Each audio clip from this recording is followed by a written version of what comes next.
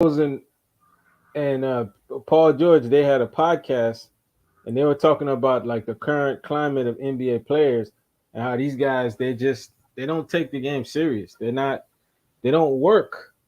You know what I'm saying? Like you, they're just in this game to like build their brand. Like just get the fame, but they're not really trying to put in the work like that. You know what I'm saying? And you could see it in the league now, man. Like some of these NBA players, like wow, you just looking at some of these players in the league, man, and it's just you you're worried about where the league is going with some of these players because they're not really putting in the work. A lot of these guys, they don't make you want to tune in to watch them, and especially what's being implemented in the game now with the load managing, players taking off nights, franchises holding their players from playing games. The people have lost a lot of interest in the NBA. So that's something, man, that they gotta definitely work on, man, because I feel that the future of the NBA, man, the viewership is at stake. You know, Because I don't watch basketball, man. You know that. I don't watch. I just don't watch it because it's boring as hell. Um, but I've been begged and begged and begged and begged and begged and begged. And I see your name's been begged and begged and begged and begged, and Ross been begged and begged and begged and begged. Hey man, you guys need to come back because there's a void, and that's the thing. People are used to a certain standard. They understand that there's a standard that we give. There's a quality that we give. And when someone's absence is not there and their presence is not there, it's felt. So I had to come back, you know, only because of the fact that LeBron made me came back. LeBron sweeping made me came back because this right here is the tide of the turn. This is the turn of the tides. This is the basically what we would say the Le Cachet is officially over. The legacy is officially motherfucking done. He got G-checked. All of these people that got on me about Kevin Durant, at least Kevin Durant got 6 games in. At least he didn't get swept. Let's just be honest here. At least he went 6 games. This guy right here, who's supposed to be the chosen one, who's supposed to be the promised one, who's supposed to be the quote unquote greatest of all time, this motherfucker got swept. So again, is he over Michael Jordan? Does he leapfrog Kobe? I mean, when have you seen Kobe get swept like this? When have you seen Michael Jordan get swept like this? And this is why basketball to me is full of mushy type of individuals. I don't have time to watch basketball because it's the people that's covering the sport. They halfway don't know what they're talking about. Or if they do know what they're talking about, they got to dumb down their knowledge just to make sure that their knowledge matches what they're talking about. If anybody knows me, they know when Kobe left, there's so much parts of me that left with the game of basketball, man. You really have to know me to understand that because I knew when Kobe left, there was going to be this last of the Mohicans tide. And you saw that. Kevin Garnett left, Tim Duncan left, Dirk Nowitzki left. There was that last drive of guys playing hard, playing engineering type of basketball. When I say engineering, and this is what people miss, they miss those terms I used to throw out. So I'm going to give y'all the terms so y'all can salivate on these damn terms. They miss the engineering of basketball. When I say the engineering, I'm talking about guys being able to affect and impact the game in intangible moments, in pivotal moments, in critical moments, guys being able to have the ball possession after possession, dominating possession after possession, demoralizing defenses possession after possession. You don't see that kind of basketball no more, man. All you see is guys that are fat as fuck on the basketball court. That's why I don't like basketball. When people try to tell me Luka Doncic ain't shit. I'll be the first one to tell you guys this. When I know the standard of basketball, I'm going to tell you, you put Luka Doncic against the AIs, the T-Max, the Paul Pierces, the Kobe Bryants, shit, the D-Wade, when D-Wade was Flash. Don't get me started. When Melo was that damn bull, Luka Doncic's not hanging with these type of dudes. The reason why Luka Doncic can hang in this NBA is because this NBA is offensively driven. You see, when Kobe had to go up against those levels of guys, the T-Max, the Vince Carters, we're talking about Vince Sanity. These guys used to play basketball, man. I saw Gilbert Arenas, Agent Zero, talk about, man, I would be on the treadmill. Then I have to turn around and be on the treadmill.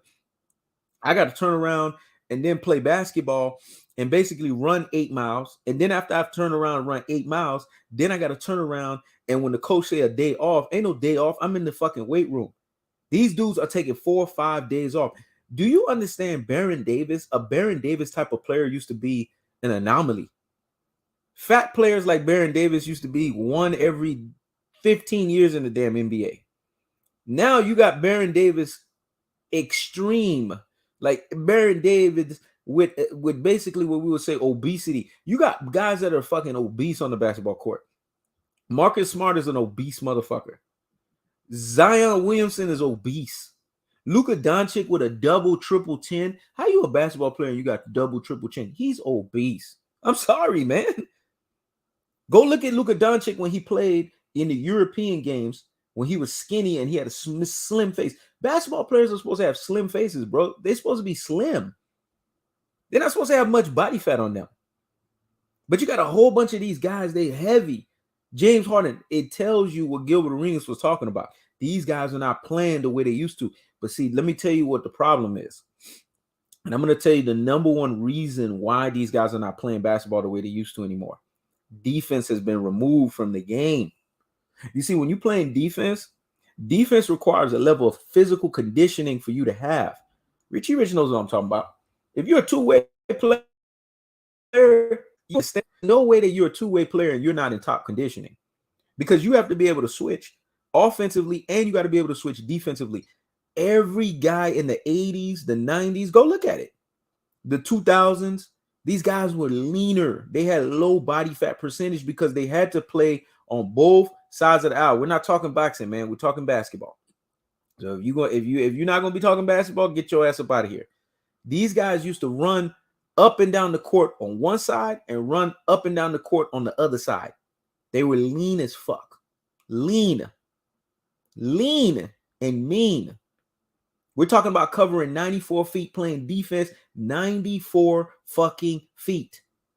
When you look at guys in today's game, Luka Doncic, fat motherfucker.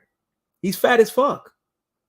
All he plays is offense. And you guys trying to tell me this offensive guy is a great player? Since when did a guy who's a pedestrian on the defensive end is great? And see, this is the problem with today's generation. They throw greatness out like they drinking fucking Kool-Aid. And I got a problem with that, because everybody's not great.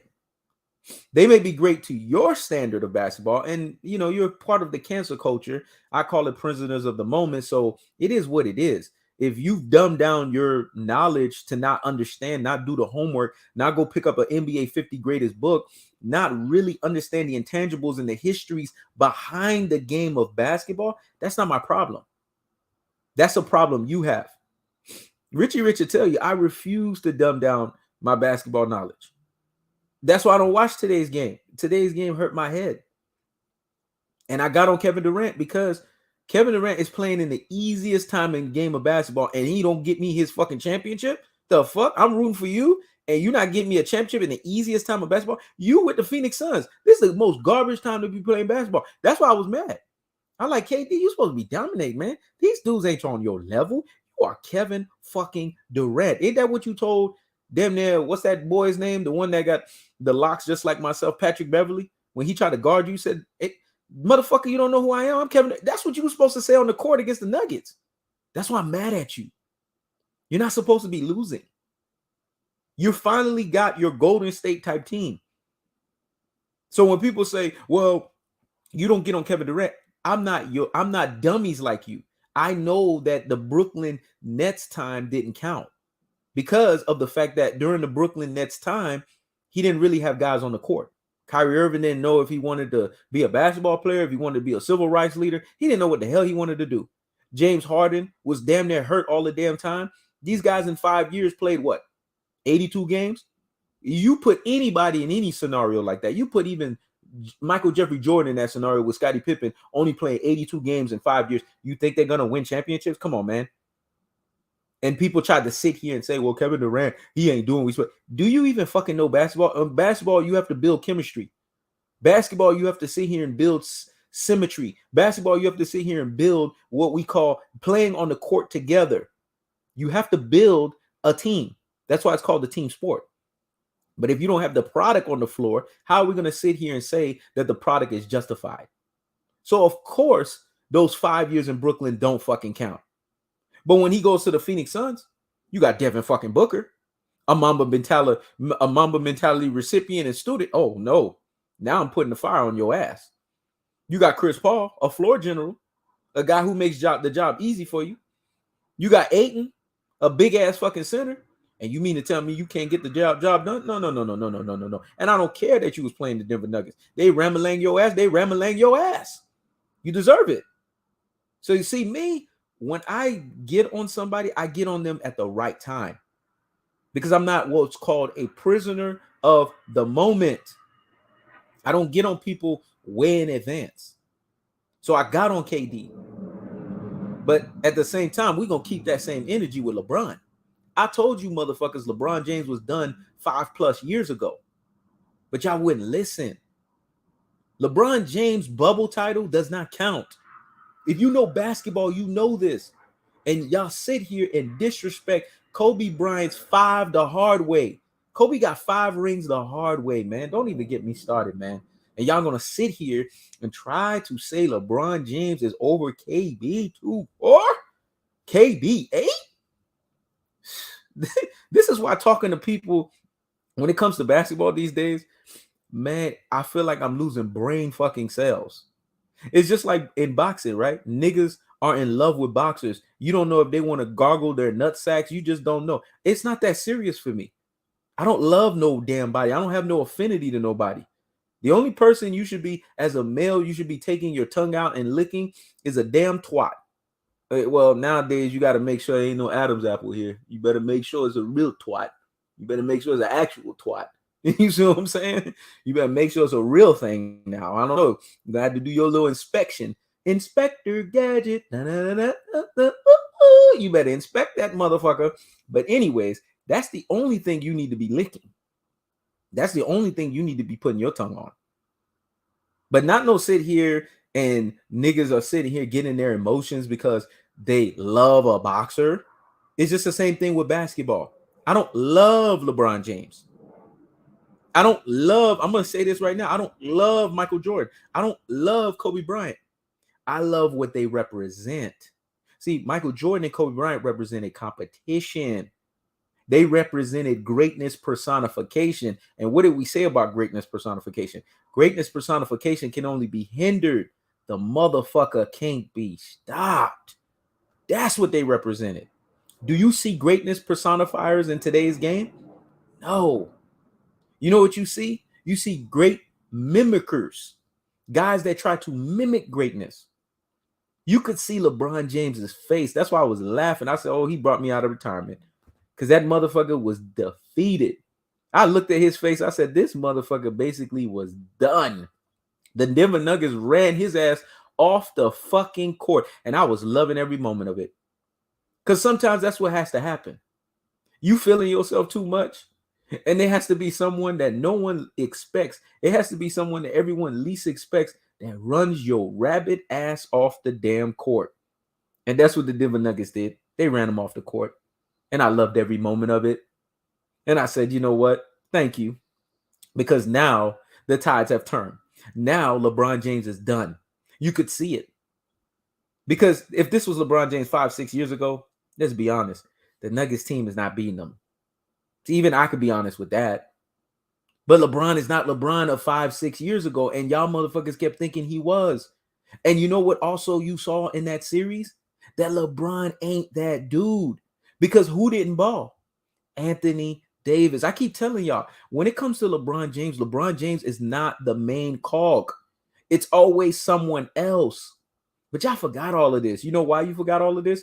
Because you have Stephen A. Flipping Smith that flips every switch of the button that tells you on one end, this guy's this, and on one end, that guy's that. He doesn't even know what the heck he's talking about. And then y'all have a whole bunch of YouTubers, they flip-flop every second. You know, a bunch of he knows proteges. You know what? It's disrespectful to even call them my proteges because a protege of mine don't flip-flop. They've learned what I taught them, and then they keep up the standards. So when I watch proteges from afar, oh yes, I've been paying attention from afar, and I see they flip-flop. I say you can't be my protege. To be my protege, you got to be consistent. To be my protege, you got to be authentic. To be my protege, you have to be absolute and resolute. Y'all motherfuckers need to give me a gold bar.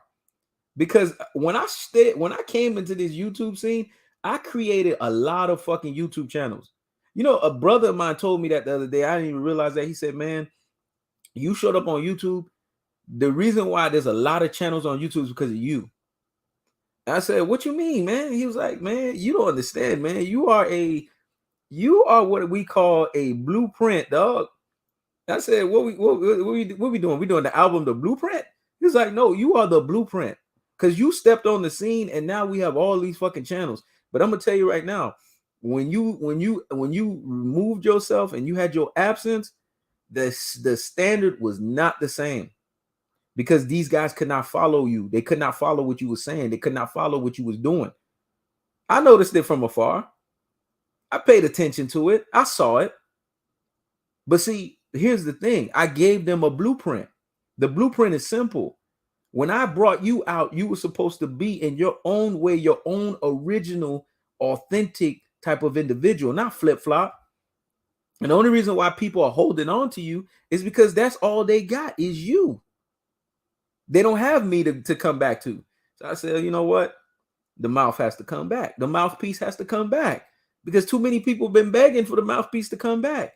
But that's a bad thing that people have to beg me out of retirement when I've given you guys thousands and thousands of YouTubers. I've birthed thousands and thousands of YouTubers on YouTube for y'all. And none of them meet the stock. That is the equivalent of today's NBA. Today's NBA is birthed with thousands and thousands of basketball players, but none of them meet the stock. They don't meet the MJ mode. They don't meet the Kobe mode. This is what I try to tell you. The Michael Jordan and the Kobe Bryant game will never be erased. It will never be taken away because that level of game, that level of competition, that level of drive and engineering, that level of dominance, you have to have that mindset to understand that. You have to be that type of player. Because these guys did everything on the basketball court and their greatness personification didn't get appreciated. Even Kevin Durant is not giving you the full embodiment of that greatness personification. That's why I'm mad at him. You didn't hear what I said the other day. Richie Rich was like, damn, I couldn't believe he said this. I said it on my community post. I said, let me tell you something, Kevin Durant, and I'm going to tell you to your damn face. I would tell it to his damn face. Kevin Durant then got lazy with greatness. See, greatness, you don't get lazy with that shit. With greatness, you got to keep pursuing it. Either you're going to keep pursuing it or leave it alone. And I put Kevin Durant on the clock. Y'all know my infamous clock. When I put a player on the clock, that's not a good thing. Kevin Durant is officially on the clock. Richie Rich knows the clock, so I'm going to tell the world the clock. The clock is this. If this motherfucker don't win by next year, he is a middle-of-the-pack great basketball player. That's it. I can't put him in the upper echelon. Because he's been lazy with greatness. And this is the thing. Kevin Durant's going to have to go to Kobe Bryant's gravestone and tell Kobe Bryant, here, Kobe Bryant, I'm relinquishing the words that you gave me because you passed on the baton to me when you told me and you signed my shoes and you told me to be great. Kevin Durant's going to have to take those shoes, leave it at the damn gravestone because those shoes have Kobe Bryant's spirit in them. Leave it at the damn gravestone and then tell Kobe Bryant, renounce it from me. That's what he's going to have to do. Because he disrespected what Kobe Bryant did. He disrespected the fact that Kobe Bryant gave him the blessing. Kobe didn't pass no damn shit to no LeBron or no Stephen Curry, none of these basketball players. These people that tell you this, they don't know the fuck they talking about. He only passed it to Kevin Durant. Why? And it's documented. He told Kevin Durant when he signed his shoes, be the greatest. This is in the league with Stephen Curry. This is in the league with LeBron James. This is in the league with all these basketball players. He told Kevin Durant, and Kevin Durant couldn't even own up to that. That's why I'm mad at Kevin Durant, because the privilege, the esteem, the damn audacity, the gall. I got to ride a little bit on this one because I ain't been talking for a long time. So I got to ride a little bit. The audacity, the gall, the unmitigated gall for Kobe to say that to you and for you to not deliver. Oh, yeah, I got a problem with Kevin Durant. Because you on Phoenix Suns now. No fucking excuse. You supposed to be running the rest. You supposed to be ramalanging motherfuckers. You supposed to be dominating them. And people are sitting here saying, damn, he getting on Kevin. Because I know when to get on someone. I know the right time to get on someone. See, I'm not you Rudy Poo and plum brains. I'm not you brain full of mush and dodo heads. I know the right time to get on someone. And the right time to get on Kevin Durant is now. Just like the right time to get on LeBron James is now. LeBron needs to retire. Point, plain, blank, and simple. Don't wait on your son. And here's the thing. LeBron's not doing his son any services by him staying in the NBA. Let's be honest. Let's be real. He stays in the NBA, he's going to overshadow his son. His son's already garbage. I wish I was in these people's ears, man. I would tell him the truth. I would tell his son retire before he even step on the damn basketball court. Because this is what's going to happen. His son is going to suffer what's called mental health problems because of who his father is. His father is LeBron James. And he's going to end up resenting and hating his father because of his father's celebrity. Is that his father's fault? No. It's just like I told Richie Rich. It was like the Rocky movie. You didn't see by the time Rocky 4 hit around, Rocky 5, the son started getting older. When the son was young, he was like, oh, my dad, Rocky, he beat the Russian. Oh, my dad, that's my dad, Rocky. But then when he got older, what happened?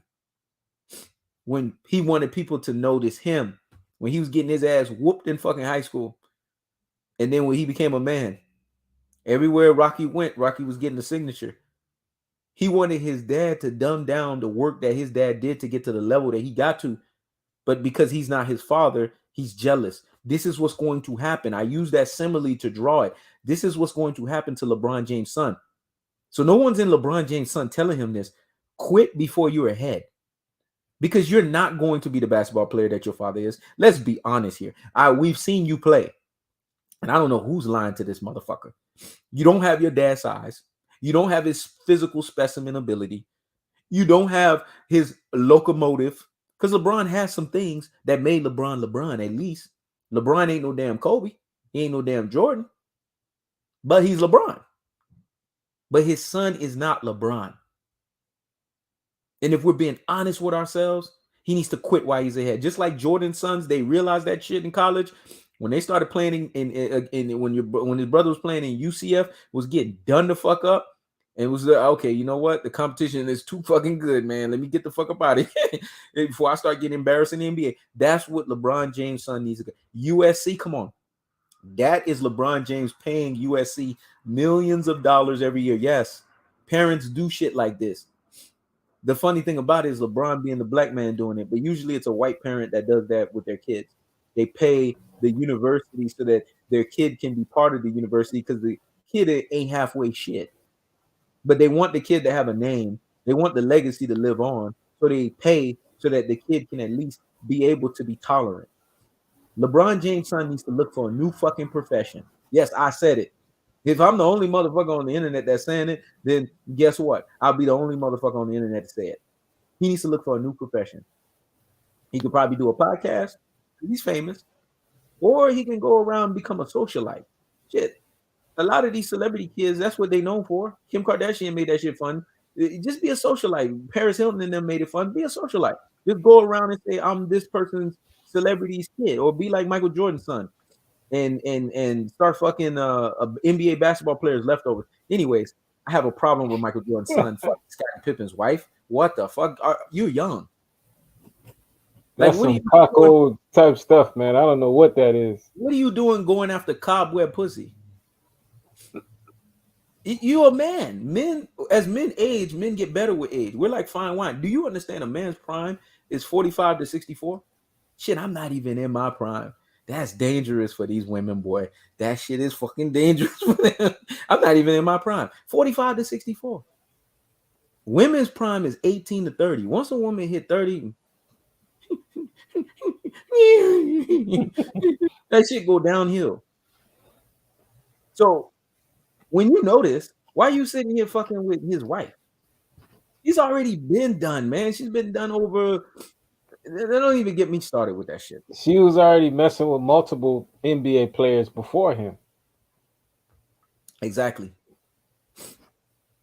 This is why you see the whole thing where guys are 60, 70. Look at Robert De Niro. Robert De Niro at what? 77? Just had a baby. Why do you think men can do this shit? Because we get better with fucking age. As long as we take care of ourselves, we get better. Why do you think men are the cream of the crop? Why do you think we're the top? We're the upper echelon of the food chain. So why, as you, Michael Jordan's son, isn't he in his 20s? I don't even think he's in his fucking 30s yet. I think he just hit his 30s. Just hit his 30s. Not even nowhere near his peak. And you dealing with a crusty ass woman? Come on, man. When I saw that, I said, okay. I said, this is bad. But see, this is the problem with today's generation. Because it's not just basketball, it's everything, man. The generation today has dumbed down on every level of everything. It's pathetic, man. It's damn near pathetic. But going back to basketball, Zion Williamson not living up to his potential. Luka Doncic over fucking rated. Nikola Joker, I'm glad they didn't give him the damn MVP again. And I'm glad they gave it to Joel Embiid, because let's be honest, man. Joel Embiid is a more talented basketball player, and I could argue that shit down with any fucking body. More talented basketball player than Joker. Man, we haven't seen close to Hakeem Olajuwon level of basketball since you watching Joel Embiid. Joel Embiid is like the borderline version of Hakeem Olajuwon, just a little bit taller. I didn't even think there was going to be a guy that could be able to emulate at that size, that ability. Well, I see from Joker, I've seen this before from, I call them ilky body centers, man. There was a guy on, you remember his name, Memphis Grizzlies? What was his name? Big Country? Austin, that dude? Yeah, something Reeves. It's something Reeves. When you look at Joker got the same body as Reeves. They got that bad body, man. The only difference is Joker can be able to give you rebounds and points, but he's not doing nothing super. He's just a double-doubles guy. He's just like a bigger Kevin Love. He's not doing nothing special. I'm gonna be honest with you. I mean, he could play make. That dude averages a triple-double as a center, man. You know, yeah, but here's the thing. What he does. In today's basketball, you take Joker and you put him up against Hakeem Olajuwon, Patrick Ewing, guys that got to make him move that fucking feet. Tim Duncan, Shaquille O'Neal. I mean, he went up against AD, man. He won that matchup. You see, you falling for that matchup. Shit. I'm not falling for it. I'm not falling for it. What Shaquille O'Neal would do to him? I mean, the bigs, barbecue. They don't. The way the NBA is, they've taken those type of bigs out of the game. You know, now it's bigs who could stretch the floor. That's the type of bigs that they want in this game now. So, and you know why they're doing that? You know why they changed the game that way? It's because the product. See, guys have been saying this in the comment section. It's the product that has changed. The AAU product, the entry-level product. The product doesn't teach basketball at its fundamentals. You are a big guy. What are you doing shooting 20 feet? You're not supposed to do that. Your job is supposed to be to clog the posts. You're supposed to be operating 5 feet and in. Even Hakeem Olajuwon, who had jump shooting potential, Patrick Ewing that had jump shooting potential. Do you know where they got most of their baskets? 5 feet and in. Because they understood what a center is supposed to do. You operate down low. A power forward operates 10 feet and in. A small forward operates 14 feet and in. See, I'm going to give y'all the numbers. Y'all better start writing, man, because y'all, it's like I got to start teaching y'all basketball again. A shooting guard operates anywhere between 16 to 18 feet and in. Now, you know, amplified shooting guards, some of them can operate from the three-point line or whatever, but it is what it is. But 16, 18 feet in, that's why you saw Jordan was operating 16, 18 feet in, basically mid-range. And then you got your point guard he's kind of like the jack of all trades. He can pass, he can shoot, he can do everything. That's why they call him floor general, because his job is to be a general of everything. He's supposed to be a general of every aspect, every attribute. But they've changed the fucking game, bro. Centers were never meant to be these guys that are supposed to be doing this hybrid shit, man. And the reason why is because centers are not centers anymore. And that's why you saw even in the All-Star game, they tried to do this thing where they tried to make it seem like they have the center position, but really, to me, the center position is like what you call a upgraded power forward. It's like a higher level power forward. That's what it is. If we're being honest with ourselves, that's what it is. Because there's no reason Anthony Davis is supposed to be playing center. He's too small. And you know how you could tell Anthony Davis was too small? Because go look at the back leg of Kevin Garnett, the back leg of Tim Duncan, and the back leg of Dirk Nowitzki's career. Go look at the back leg of those guys' career. Anytime AD tried to go there and play the center position, he was getting ramalang by those guys. But when those guys started tapering off and falling off, what happened? He became this quote-unquote dominant player down low. Y'all got to go and look at the last generation and understand how the degradation of the sport happened. You got to understand how the level fell off at the shooting guard position. The standard for shooting guard used to be what Kobe and D Wade was doing. What was Kobe and D Wade doing? Mid-range, defense, scoring, high percentage shots, and making sure they put pressure on the defense. What do shooting guards do nowadays? Fucking Stephen Curry.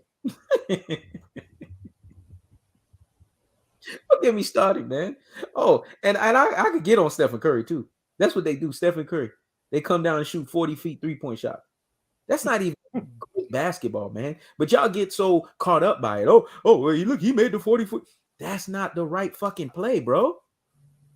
That's not basketball. But y'all get so caught up on the bullshit, man. And y'all sit here and say guys are great when in actuality they're not. Do you know what Stephen Curry is? Stephen Curry is what I call a great three-point shooter. He's not a great basketball player. He's a great three-point shooter. I put him in the same levels with the Reggie Millers and the fucking, what's his name? Ray Allen. But Larry Bird is what you call a great player because Larry Bird wasn't just a three-point shooter. Larry Bird could do everything. He can post you up. He can play defense. He can pass. He can block. Larry Bird didn't nut up when it came to championships. So Larry Bird don't get in the lane with those guys. He's just a different animal. See, everybody always want to try to put Larry Bird. No, Larry Bird was a complete basketball player. See, that was what the standard of basketball used to be. You had to be a complete basketball player. Nowadays, all you got to do is shoot a three like Stephen Curry or play like LeBron James. Like LeBron James's game is not fucked up in of itself. First of all, LeBron James is a possession clogger. He clogs possessions. He holds the ball for 20 seconds and then he passes in the last 4 seconds.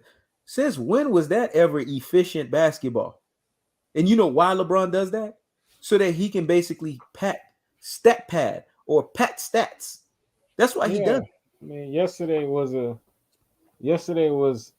obvious that that's what he was trying to do. That was a game where he was trying to get the glory. He wanted the heroic feat if they came out with the win. Like what he did was counterproductive to his teammates. Yep. He took all those possessions and he didn't allow his teammates around him to get in the rhythm. I felt that if he picked his spots and he got his teammates involved, they probably would have won that game last night. By him, taking those many possessions to look for his shot to be aggressive, it was counterproductive to his teammates. AD never got in a real rhythm. The role players who are doing good things like Hashimura and Austin Reeves, they never got in a proper rhythm. You know what I'm saying? That's what cost them at the end. Those guys couldn't hit shots when LeBron started passing to them in the third quarter, and Denver made that run, and they got the lead, and that was it. They got the Lakers got demoralized, especially LeBron doing all that stuff, and it basically costing your team in the second half.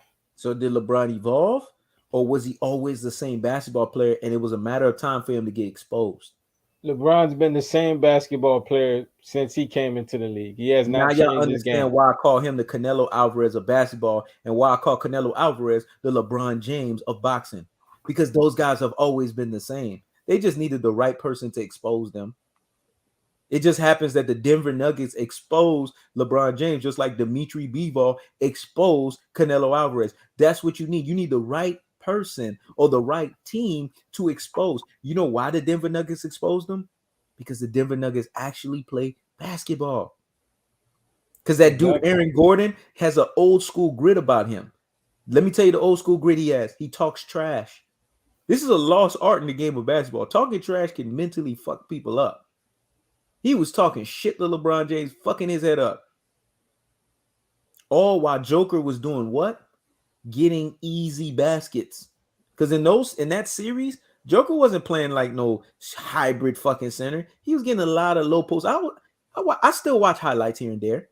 He was getting a lot of the low post plays that you're supposed to get at your big man position. They understood, okay, you know what? These motherfucking Lakers don't have size. We need to run them out the gym. We need to play with size. See, basketball is a fundamental sport. If you play the game fundamental, you will beat teams. All that AAU style of trying to be all cute and sexy on the court, that don't run nowhere. Richie Rich, how many times we run people off the court, 7-zip shutout, all by just playing simple basketball? Many times, man. I We mean, sit there and look I at can't people, even laugh count. at them. We see them cross over. We're like, oh, we gonna 7-zip shut them. Oh, they're gonna be too busy trying to cross over. Man, we're gonna put hoops in the fucking basket. And then while they sit there and do their little crossover, next thing you know, they look at the score like 7-zip shutout, and they get mad. Oh, how the fuck we off the court? Well, you did your nice little crossover, but you got to get off the fucking court. You got to get off the court. That's today's basketball player. Today's basketball player want to give you their little crossover, but they got to get off the court. LeBron James's game has a lot of holes in it. The guy's a horrendous free throw shooter. And here's the other thing, and I'm about to throw the mic to Richie Rich, and I'm gonna chill out for a while. LeBron James does the worst thing I've ever seen a passer do. Since when do you jump in the air and pass the ball? Do you know how many steals? If I was in the NBA and Richie Rich was in the NBA, he did that shit around us. You know how many steals this motherfucker would be get? You know how many steals we would get? This motherfucker, when you jump in the air, you're limited. And then you pass the ball, you are limited, man. You know how many steals I would get off of that dude seeing that dumb shit? Why you think Jordan and Pippen was so dominant? Every time a stupid ass team would jump in the air and pass the ball, man, Jordan and Pippen would be running transition on the air. Oh, there go the dumbass pass. Time to go dunk on them.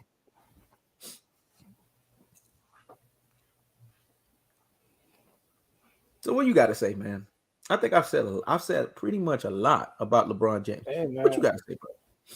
You know how it is. You know how I feel on things, man. The old yeller, the washed, the retired. Dog. You know, I could pretty much keep coming up with all these type of words and stuff like that.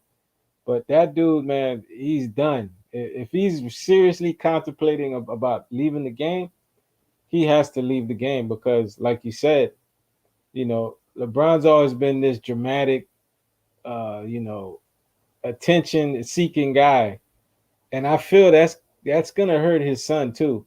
You know, when his son gets if his son ever gets drafted in the game, that's gonna hurt his son because he's trying to do. I remember hearing what he's trying to do.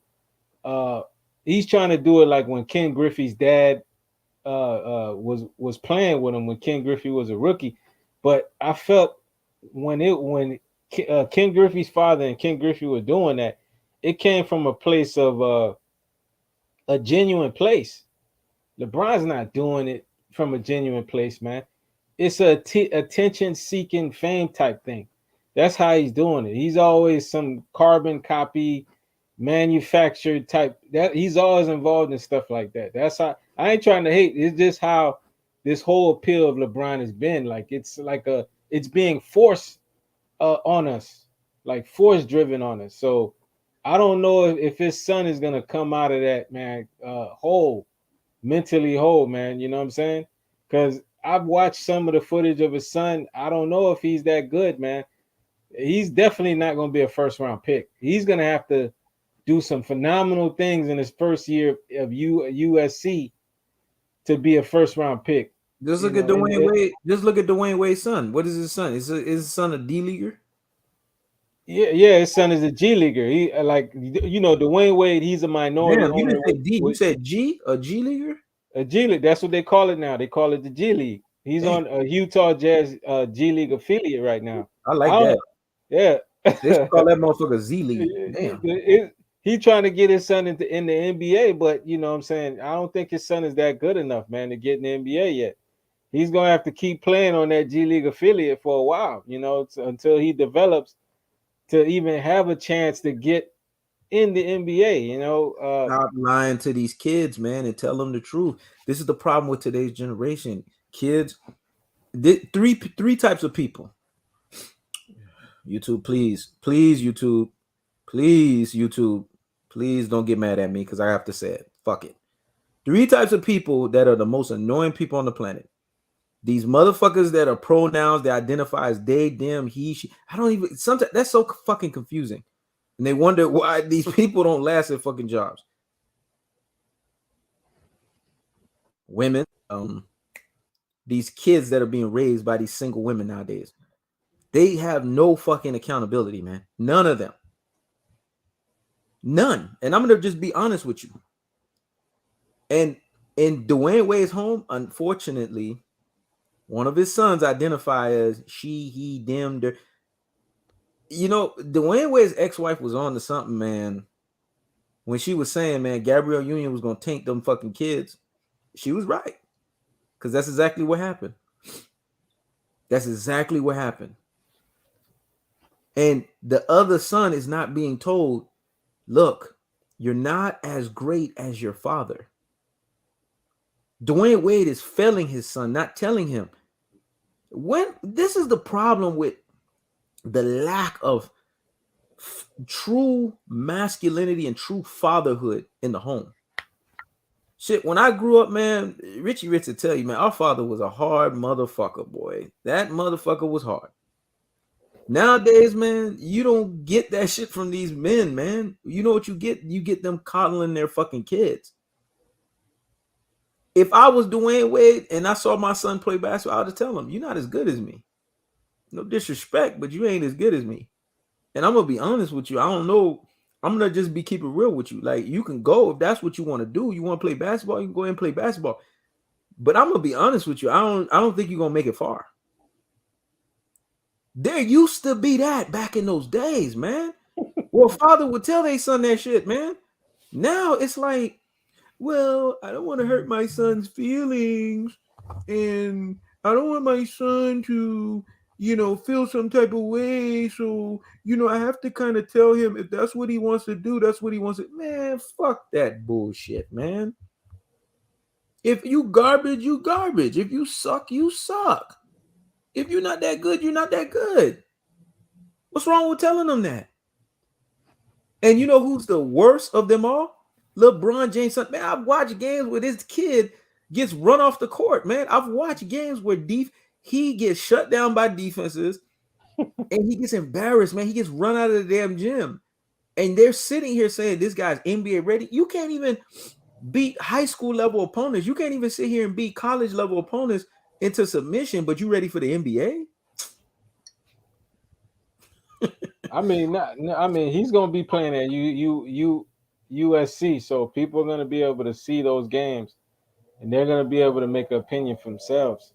But that kid better put in work, man. If he wants a legit shot at being in the NBA, he better put in the work.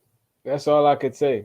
And here's the problem. You have a bunch of YouTubers, right? And you have a bunch of people, content creators. I hate this. They do this on all sports. Oh yeah, when I start talking on boxing, I'm gonna get on these people on the boxing end too. But on the basketball side, Richie Rich, and all these sports, you have a lot of content creators. You know what they do? They coddle these garbage ass people because they want an interview from them. Listen, man, since when did people have to kiss people's ass so much to the point to where they make it so personal to where they have because they want an interview? I don't give a fuck about you, man. I'm gonna tell you straight up. You ain't that good. You not that dude. You ain't that dude. And I don't lose nothing in telling you that.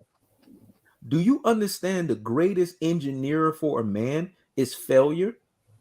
When a man is faced with failure and a man is faced with the fact that he's not good enough, you know what that forces the man to have to do in his life? It forces him to have to reinvent himself if he really isn't good enough at what he was doing. Or it forces him to have to get better. You see, when Michael Jordan was told in high school he wasn't good enough, what did it force him to do? It forced him to get better. When Kobe Bryant was told you need to sit on the bench for 3 years, what did it force him to do? It forced him to get better. And then when you have guys who basketball really wasn't their thing and they had to fizzle out, they had to go and reinvent themselves. What did it force them to do? It forced them to get better. There's a guy by the name of Jamal Mashburn. When he could no longer dominate in basketball and give you the fadeaways anymore, he had to go and reinvent himself. Do you not know, low-key, that Jamal Mashburn is one of the best and greatest businessmen out there? This dude is wealthy. He reinvented himself. So failure is a great thing. It's a great tool. It's a great motivator for men because it forces men to have to reinvent themselves. A chick do your ass up, that's good. You need that. Let me tell you something, man. God allows men, especially a lot of beta males in this day and age, to get done up by women. You want to know why God allowed that? Because if you wasn't already doing your purpose in life, the woman doing your ass up forces you to now have to make you go focus on your purpose in life. Because once you get done up, you have to now re-strategize. You have to now reprocess and say, well, damn, I got done the fuck up. Why did I get done for? Now you have to ask yourself these fucking questions. Why did I get done the fuck up? Now, what do I need to do to make sure I don't ever get done the fuck up? So failure is a good thing. Rejection is a good thing.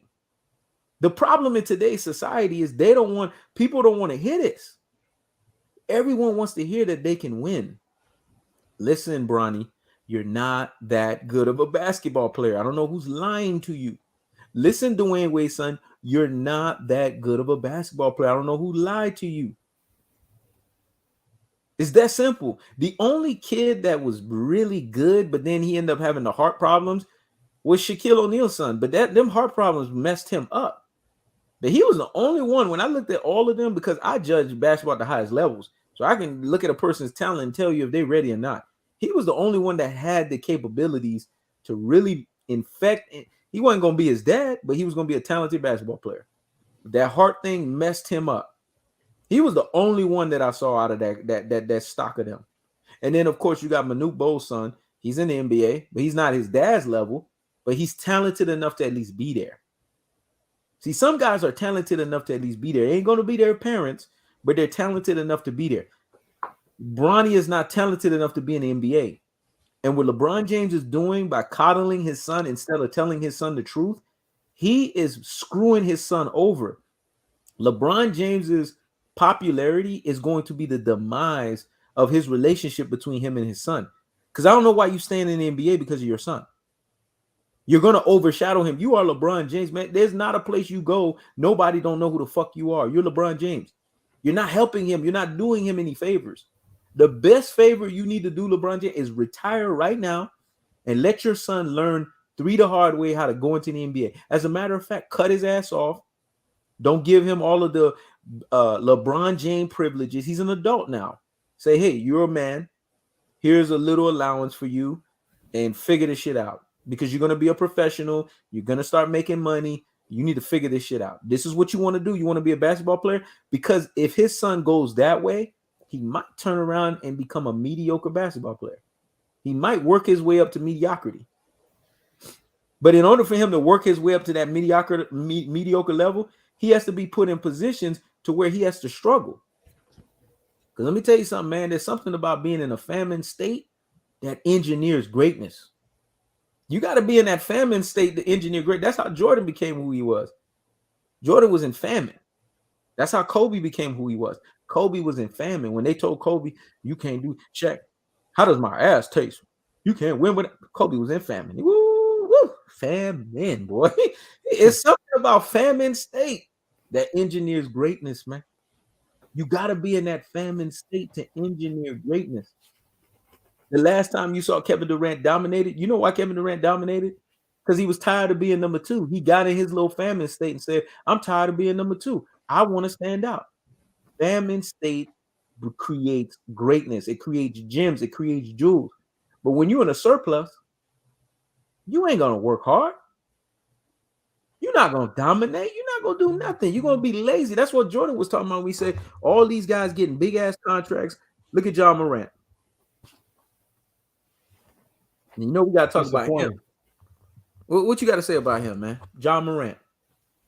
That boy disappointed, man. It's like he's just doing everything reverse, man. Like you get in the bag, man. Like you're one of the up and coming players, man. You're just trying to throw it away. Yep. And like they told you not to get involved in that nonsense again, and you go ahead and do it again. Like he's trying to go ahead and ride. I gotta take a quick piss. Ride on them, bro. He's trying to live a life of facade. You know what I'm saying? That's not how he was growing. That's not how he was growing up to be. You know, his dad, I believe, was a ball player, and his dad, I think, got up to the collegiate level, even the pro level overseas. I think his old boy played overseas, and he didn't raise his son to act like that, man. It's just his son could be hanging around the wrong type of people, man, and he's listening to music that's having a huge influence on him, man, to where he's getting involved in having guns, showing guns on Instagram Live or social media, man. Like, who are the people in his corner?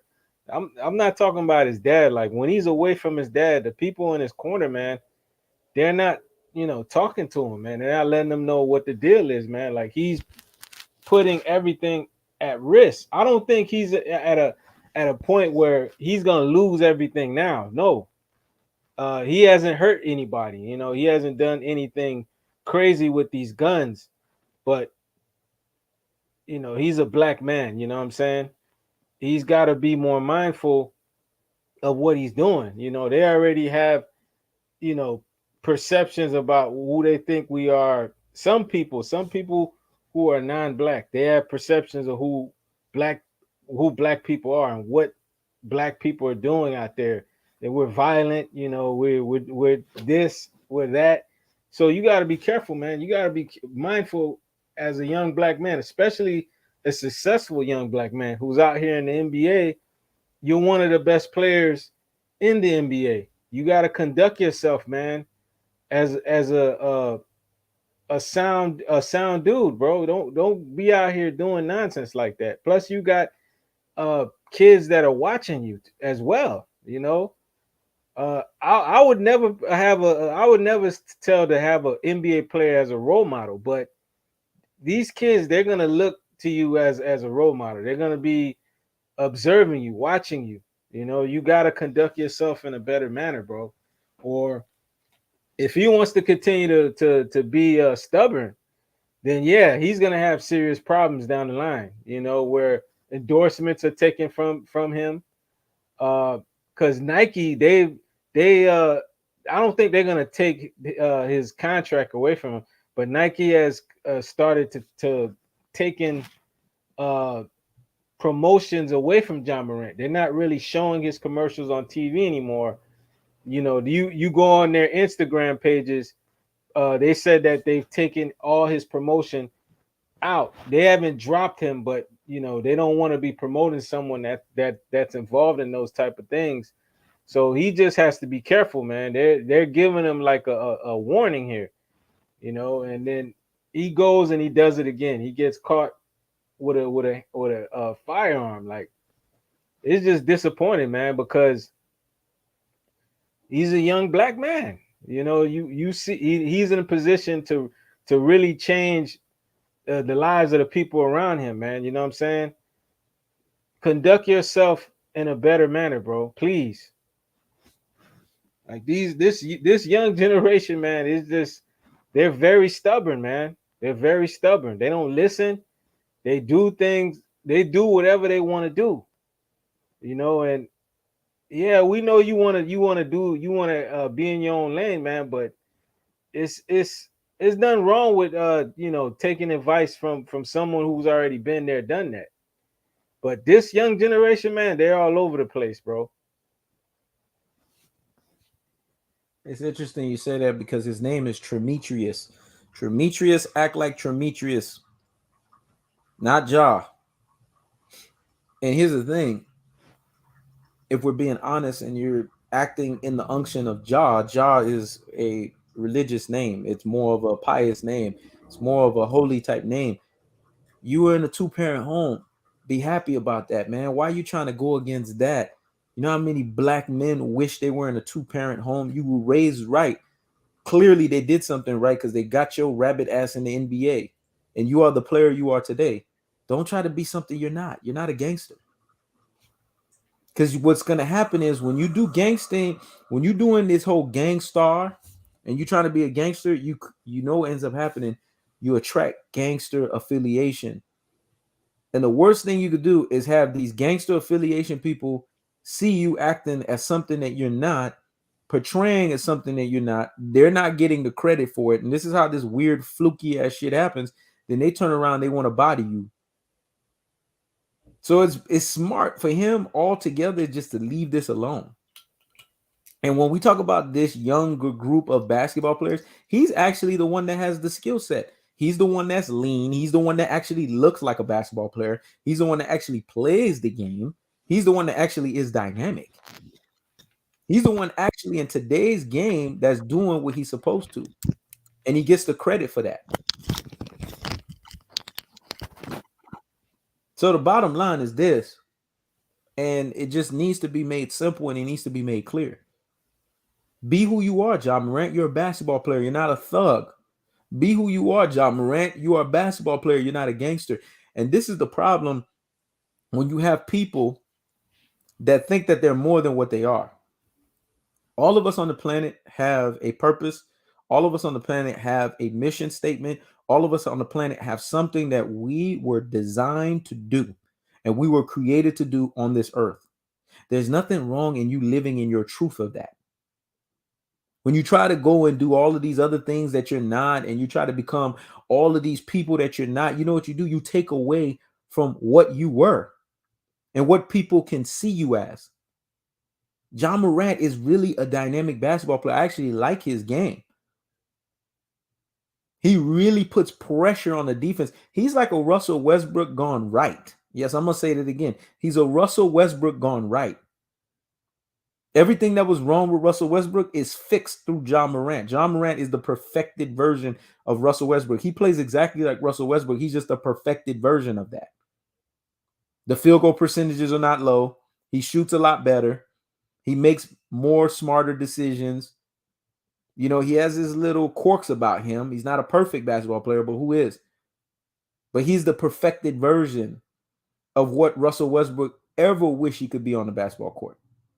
So we know this to be true. We understand this. And then you go against your assignment. Your purpose in the world is to be a dynamic basketball player. So not to be sitting here toting up guns on social media. So are you going to ruin everything for that? Like, you really have to start thinking, man. You're not that dude. So stop trying to be something that you're not. It's that simple. And I want to talk about this because I think it's very important to highlight this. When we talk about basketball, we talk about basketball players and what represents the game of basketball. Basketball to me now is derived by two. There's two derivatives in the game of basketball. Either you're a Stephen Curry or you're a LeBron James basketball player. And I hate that. Because basketball used to be a complete repertoire game where you had to be a two-way player. There used to be a standard where you was either the Jordan or the Kobe. When did we ever go away from that ultimate standard to now it's either you're Curry or LeBron? Those are two incomplete basketball players. Both of them don't play defense like that. Stephen Curry really is a pedestrian on the defensive end. And on top of that, they both do the worst things you could do in basketball. Stephen Curry lives and dies by the three. And LeBron James claws up the basketball for damn near 20 seconds. So when was that ever perfect basketball? When I saw that the NBA went to that, I was like, oh, fuck this shit, man. I don't want to watch this bullshit no more. These two guys are the derps. That's why when everybody say, why you keep saying that? The two guys who fucked up basketball is LeBron James and Stephen Curry. They fucked the game up. They fucked it up. And I'll say this shit over and over again. Because I don't want to see a guy living and dying by three. That's not basketball, man. Most of the game of basketball is impacted inside the paint. High percentage shots. Man, I remember when me and Richie Rich played on the court, we 7-zip people. We wasn't taking no damn long range shots. Man, Richie Rich would drive on you till your stomach fall out, man. Because we played the game at high percentage, man. We wasn't with that dumb shit. Easiest baskets creates easiest situations, creates smartest, simple basketball. And if we have to take a jumper, we take a jumper. That's what basketball used to be. That's why if you look at the game in the 80s, you look at the game in the 90s, because to me, the game of basketball, anything before the 80s, I mean, you know, people could argue and say, well, it was talented basketball, whatever. Man, anything before the 80s, whatever, man. The 80s basketball and on, 80s is when basketball climaxed to skill set. To me, that's when it really climaxed to the skill set level. Because Magic was coming in there playing all 5 positions, but the man could dribble, the man could rebound, the man could shoot. You wasn't seeing that in no damn 70s and 60s basketball. Everybody was just playing one fucking position. Then you jumped into the 90s, and then you saw how in the 90s, guys were just dynamically playing defense and dynamically playing offense. They weren't as, you know, dirty in terms of getting away with pushing you and shit like that, but they were still playing finesse basketball, but they were playing it very physical. And then when you got to the 2000s, that's when you really saw basketball climax skills wise.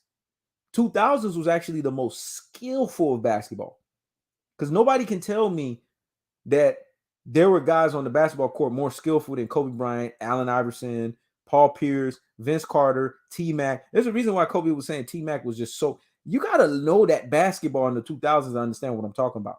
These guys were just so dynamic, man. They could do everything on the basketball court. Before T-Mac's legs went out, man, that dude was so talented, bro. Vince Carter would dunk on you, but then he'll post you up.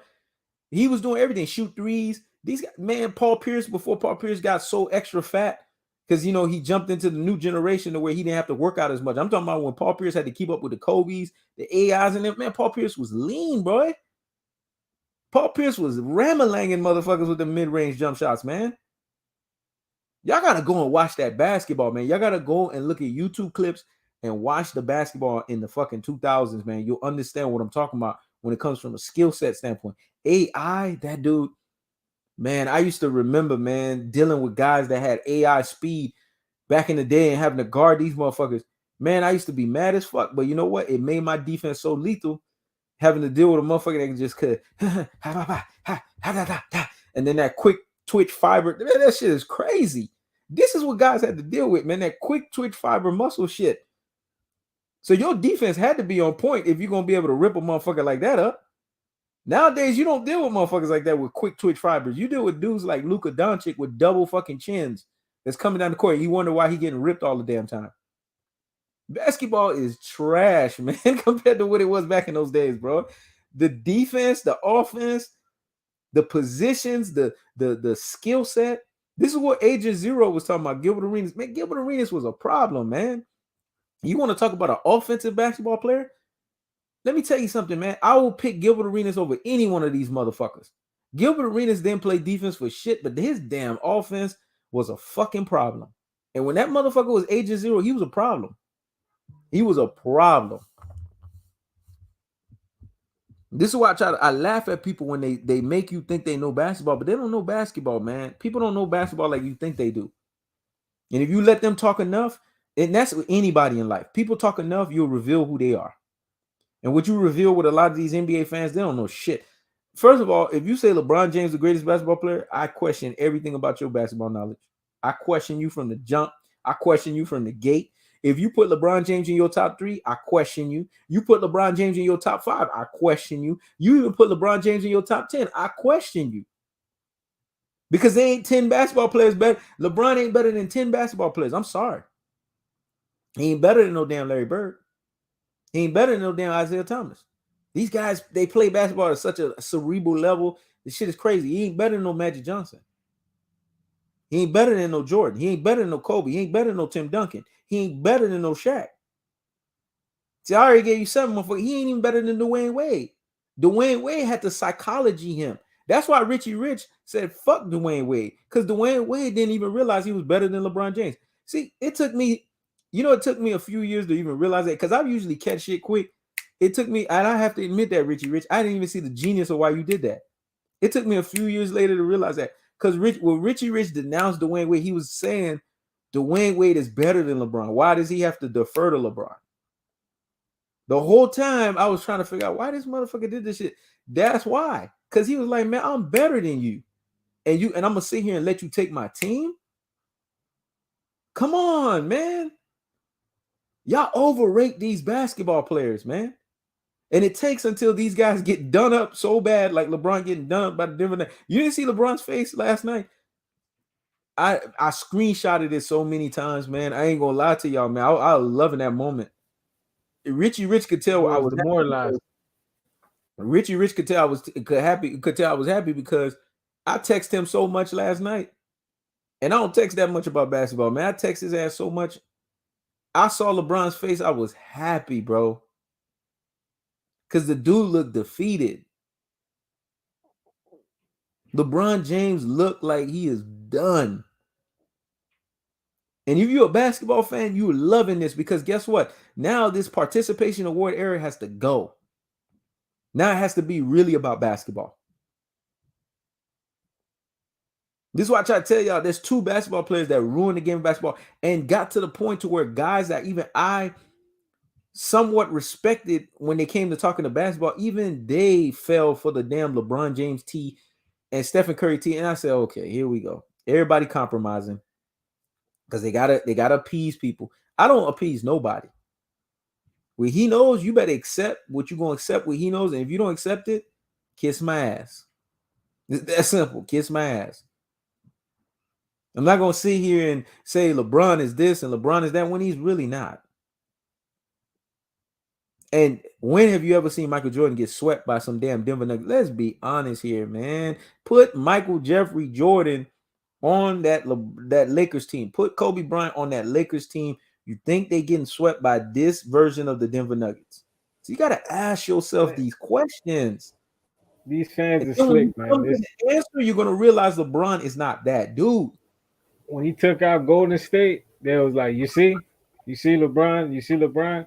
When they took out Memphis, you see when dude was coming at his neck, Dylan Brooks, when he was saying LeBron's old and that they were saying, you see LeBron still got it.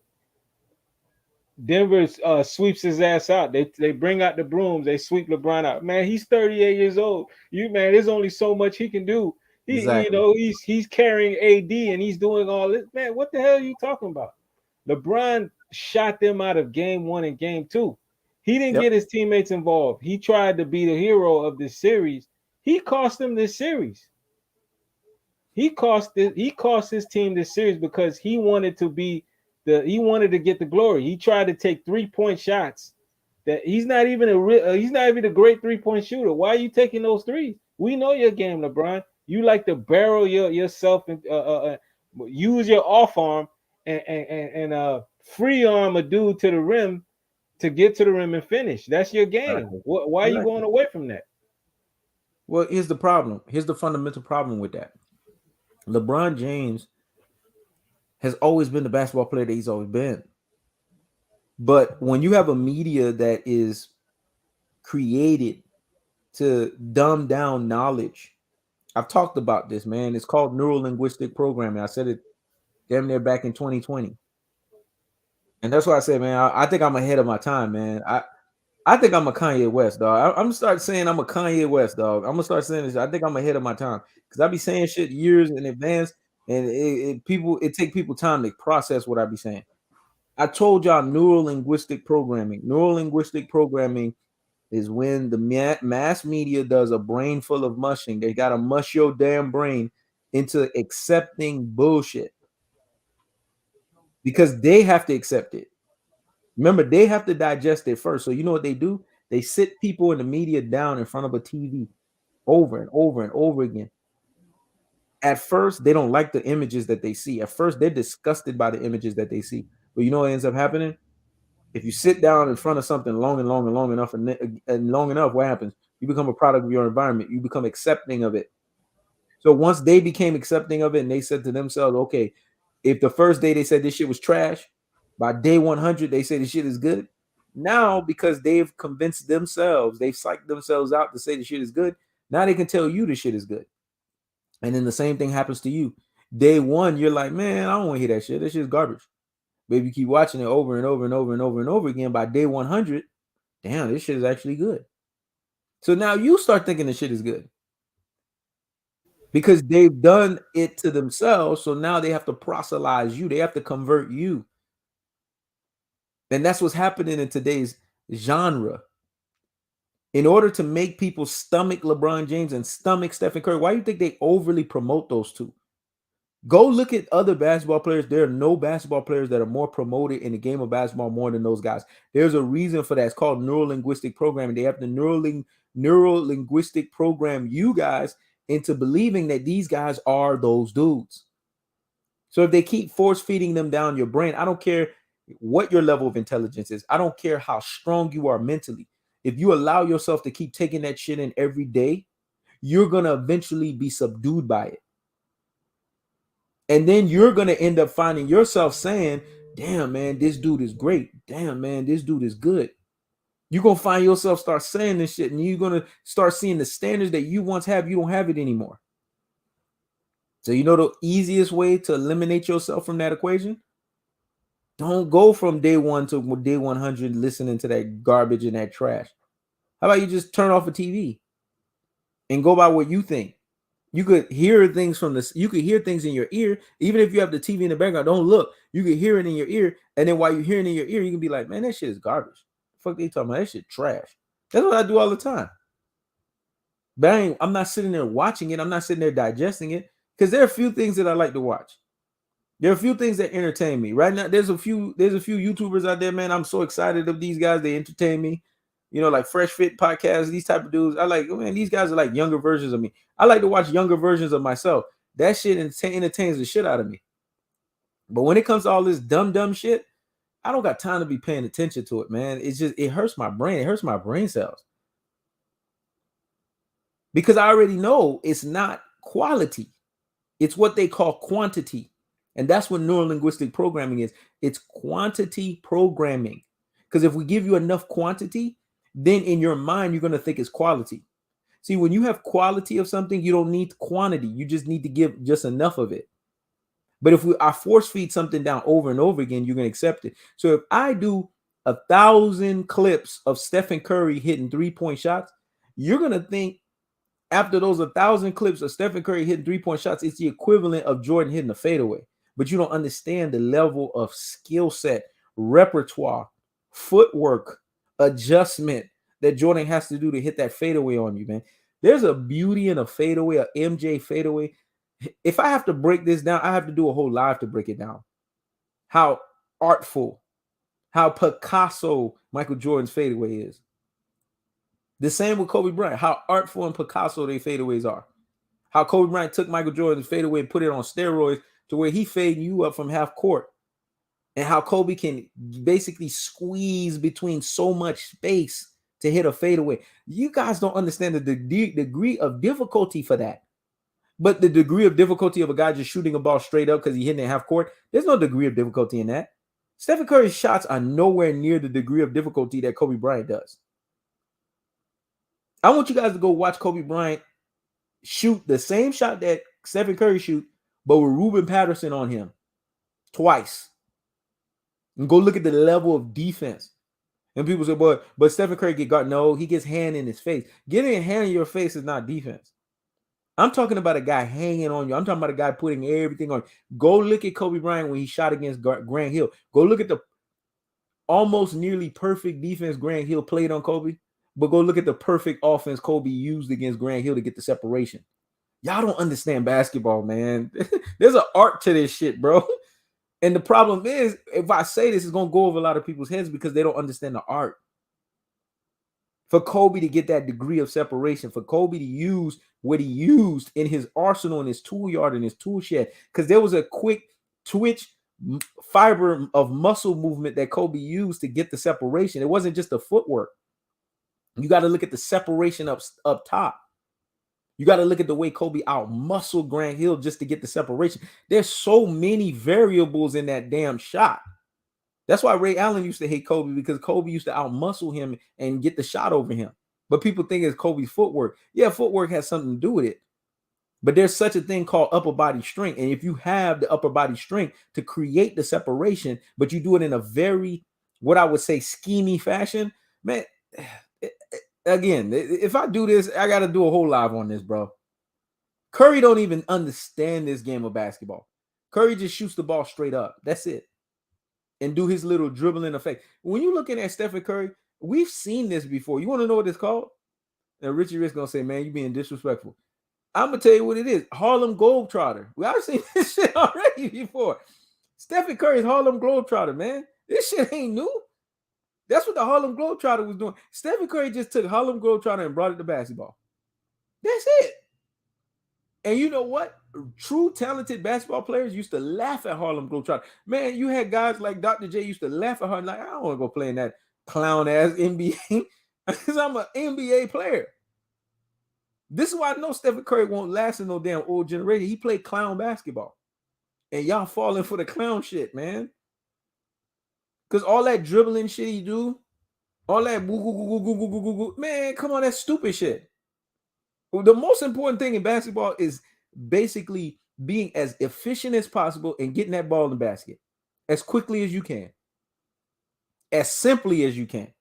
Richie Rich knows what I'm talking about. This is basketball 101. Simple basketball. Simple basketball is the smartest basketball you play. It's the most efficient. That's why Jordan's the greatest, because Jordan takes the highest percentage shots. People always ask me, what's the difference between Jordan and Kobe? I'm going to tell you the difference between Jordan and Kobe. Kobe is every bit the equal basketball player that Michael Jordan is, but the single greatest difference between the two of them, Jordan by default is going to take the highest successful rate jump shot. Jordan don't like making shit hard, man. Kobe on the other hand, we're going to shoot that motherfucker anywhere because his mind is wired. I'm just Kobe. I'm just going to ram-a-lang you anywhere.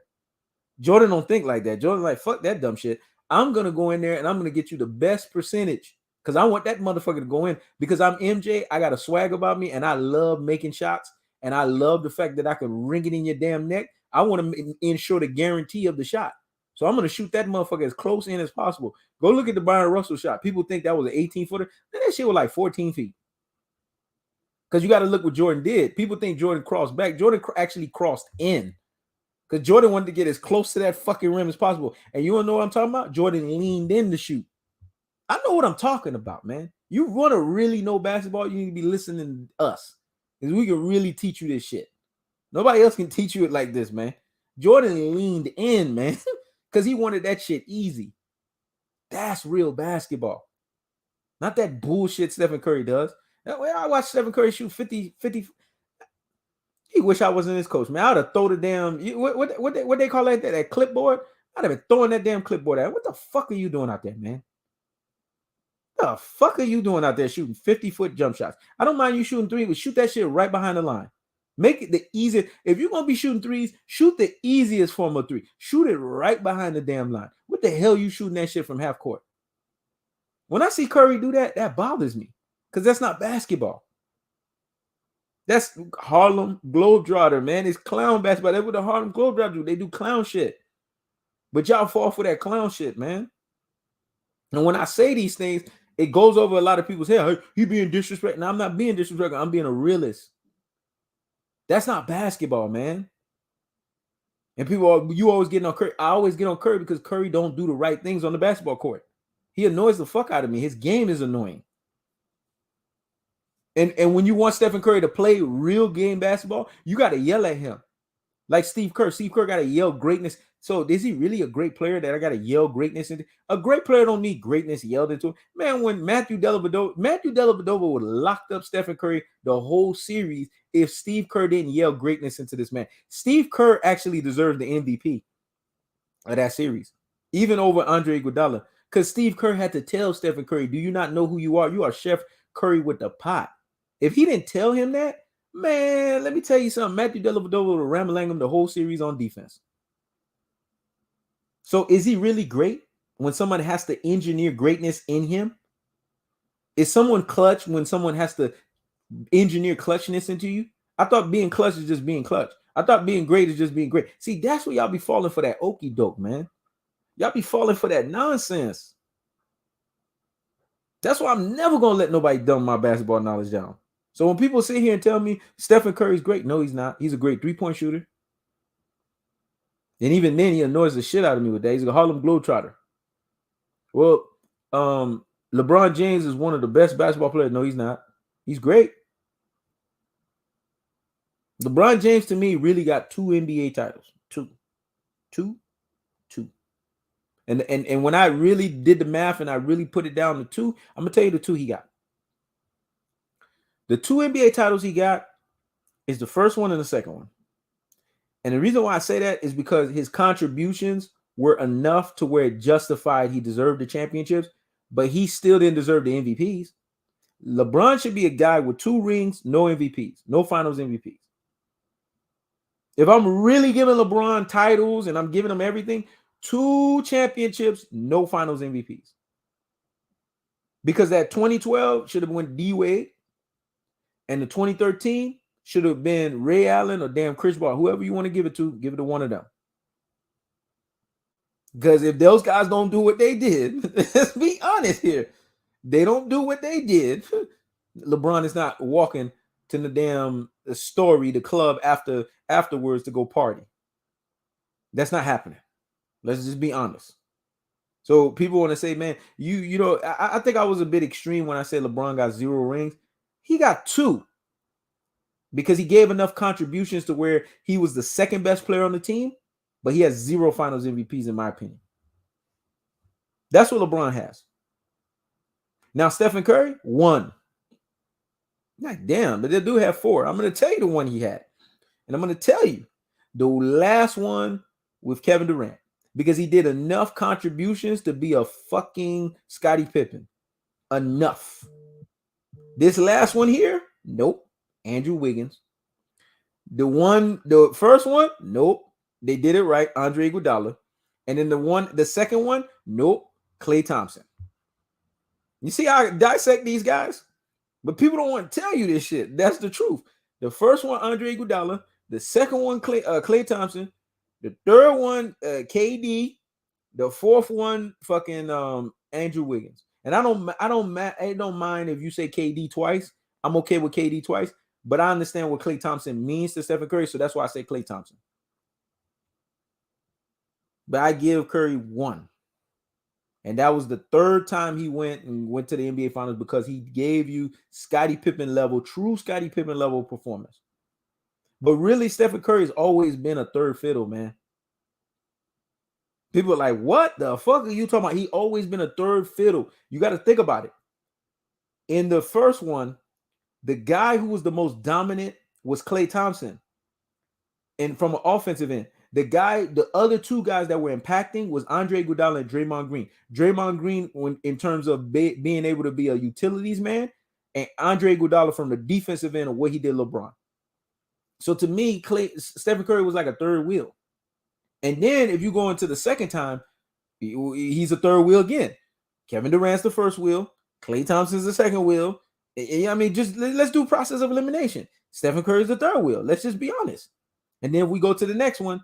That's when it was the third one, because Klay Thompson was kind of hurt and then Stephen Curry's contributions. I like to be fair. I like to throw a dog a little bone here and there. I throw a little bone. He'll feed you a little scraps. That was his scraps. He gave you second fiddle contributions.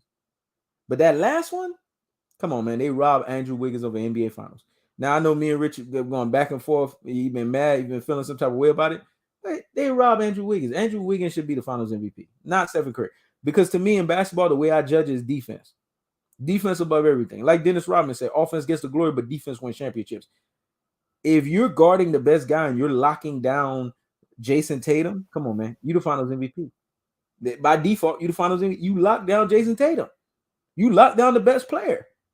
By default, you are the Finals MVP. If you don't do that, you don't win a Finals. If you let Jason Tatum go off on the Boston Celtics, I don't care what Stephen Curry does offensively, because it's been proven. When Stephen Curry tries to go offensively against somebody in the Finals, he gets done up. Case in point, Toronto Raptors. Then he tried to go toe-to-toe with Kawhi Leonard. What happened with that, bro? Yes, I had to say that, Richie Rich. I had that in the back pocket. When he tried to go up against toe-to-toe with Klay Thompson, what happened? His numbers weren't as efficient, man. In the Toronto series, what did Kawhi Leonard tell him? Kawhi Leonard told him, "Go get Kevin Durant, because you ain't cutting the mustard." Yeah, but he wasn't as efficient as he was in the Boston series. Boston series, he was shooting damn near 60% in that series. He shot 56% from the field goal. Boston's defense was terrible on Curry. Toronto's defense was efficient on Curry, because they had him shooting in the mid 40s or above that or below that. Sorry, they were putting that box one defense on him, and it worked.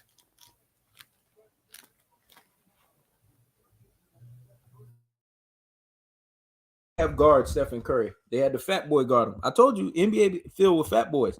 They have Marcus Smart guarding him. Why is Marcus Smart guarding him? He's a fat boy. Fat boy is not supposed to be guarding no damn lean point guard. I don't care if they're a defender. He's fat. He has no business guarding Stephen Curry. He's too big. He got too much fat on his body. When you guard somebody like Stephen Curry, you need to put a guy. I'm going to tell you the perfect basketball player for a Stephen Curry type. It's not even Matthew Dellavedova. Matthew Dellavedova is just an awkward type of defender. It's that guy. I remember that dude. Remember he used to play on the Denver Nuggets way back in the day? He had a bald head.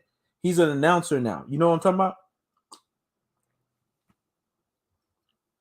He used to play on the Denver Nuggets with AI, Carmelo.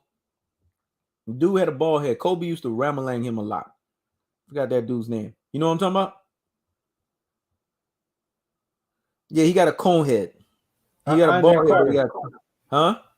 Andre Carter? Andre Carter. You remember the level of defense he gave on Stephen Curry in Stephen Curry's early, right before the 2015 year, before Stephen Curry went and became unanimous MVP. You remember that defense he put on Stephen Curry and sent his ass packing? Yeah. You remember that? That dude used to play for the Heat too. Not yet. You remember that defense he put on him and sent his ass packing? Yeah. That's the type of defender you need on Stephen Curry. Because he's just a little bit. Anthony Carter.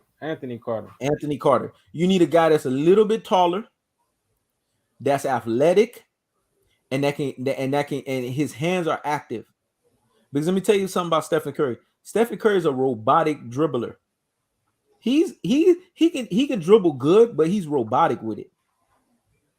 So you could kind of realize the pattern on how he dribbles. If you notice, Stephen Curry gets ripped a lot. He's not like Kyrie Irving. Kyrie Irving is a dynamic. Kyrie Irving is a fucking problem, bro. That dude's a dynamic dribbler. He's not that. He ain't dynamic with the ball. He's what I call a regular fucking dribbler, a robotic dribbler. If you got a guy like an Anthony Carter type, you can lock down Stephen Curry. This is what Gary Payton was talking about. Because if you look at Anthony Carter's body, Gary Payton's body was the same. 6'4", that 6'4" frame, athletic, got hands. This is why Gary Payton was telling you he would lock down Stephen Curry. And he was right. Because if your hands are athletic and your hands are really like active, you can give a guy problems. Man, Gary Payton was giving MJ problems. So how would he not give Stephen Curry problems? clearly would give him problems. Stephen Curry is shorter than him, 6'3", may give him fucking fits. And that's what Isaiah Thomas and them was saying. The problem with Stephen Curry is guys just let Stephen Curry shoot. They don't check him from 94 feet. And that's what's missing in today's game, man. Back in them days, they used to check people from 94 feet, man. As soon as you bring that ball in, you better know how to dribble. You remember that? You remember that, Richie Rich? Richie Rich will tell you, this is how you knew. Let me tell you guys something. I had great ball handling skills, but I hated bringing the ball up the court because it takes a special mentality to do that shit because it's annoying, man, to have to deal with somebody. They check the ball in and they got guarding your ass from, man, I used to leave that shit to motherfuckers that love it. Richie used to love it. A defender get you from 94 feet, they ready to check you. So you better have some handles, bro. So Stephen Curry, with his handles already being halfway shaky, imagine a Gary Payton picking him up 94 feet. Yeah, these are the things y'all don't understand with basketball, bro. Y'all don't get it. Gary Payton will be making this dude pick up his dribble so many times. And see, when I say the word pick up dribble, I might be talking to kids that are 12 on this damn live. So maybe you're not even understand what I'm talking about. Can you explain to them what picking up your dribble is? Picking up your dribble, where you're stumbling on your dribble, where you're making the ball handler constantly have to protect the ball, and then when you're applying enough pressure, you get him to make mistakes with the basketball. Either he turns over the ball, or he can either double dribble or travel with the basketball because you're constantly playing fierce defense on him to where he's just scared to dribble, like face dribble in front of you. Now, with that hellified the definition that Richie Rich just gave y'all, can you think of one basketball player in today's game that's been defending Stephen Curry like that to that degree? Nah. So it's really Stephen Curry. This is how they was defending guys in the 80s and the 90s and the early 2000s. So really, is Stephen Curry really dynamic like that? Did he really got repertoire of defense coming at him like that? No. See, the only way for you to know if Stephen Curry is that dude, he has to be having defenses like that, constantly coming at him. And when he finally did get a little iteration of it through Matthew Dellavedova, he folded. Matthew Dellavedova wasn't even the best version of that shit. He was folding. Because he wasn't used to a guy. Toronto series as well. He wasn't used to a guy that was picking him up 94 feet. And when he was in the Toronto series, he was still giving Stephen Curry problems. And what I'm trying to tell you, he's not used to a guy picking him up 94 feet. This is why Isaiah Thomas even said it, because people forget Isaiah Thomas was a hellified defender. Even Isaiah Thomas said it, man, listen, I pick up Stephen Curry 94 feet, he going to have problems. He said he going to have problems.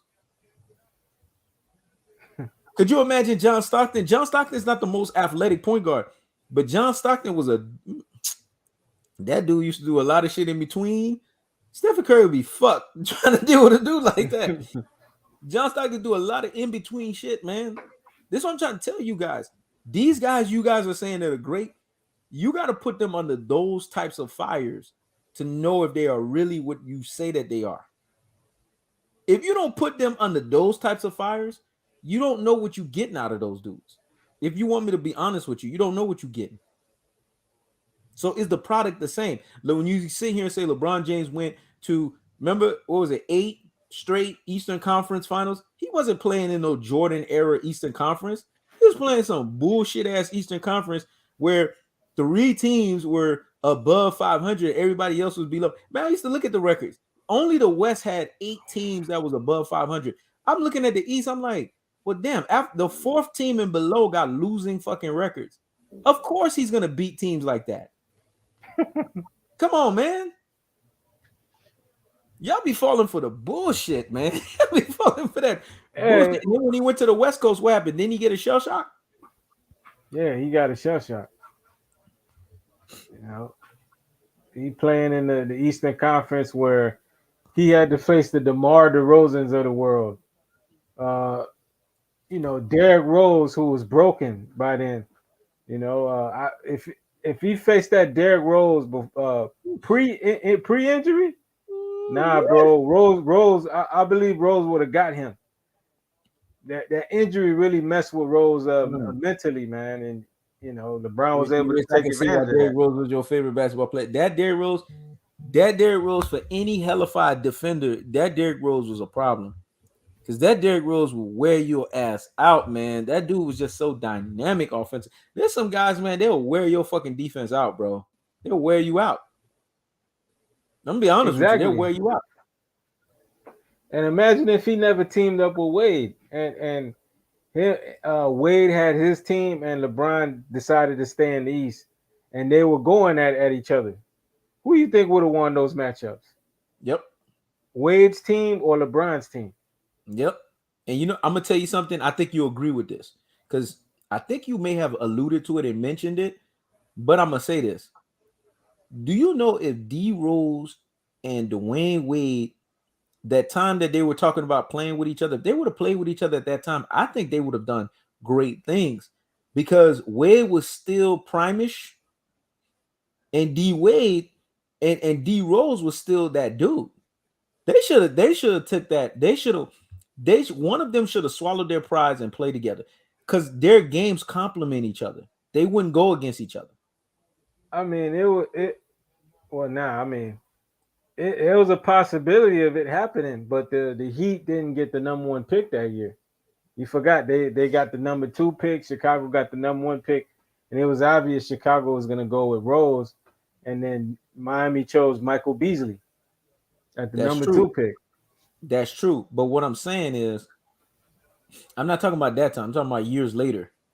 Wade didn't want to go play for Chicago. You remember the free Man. agency? He should have. Let me tell you why.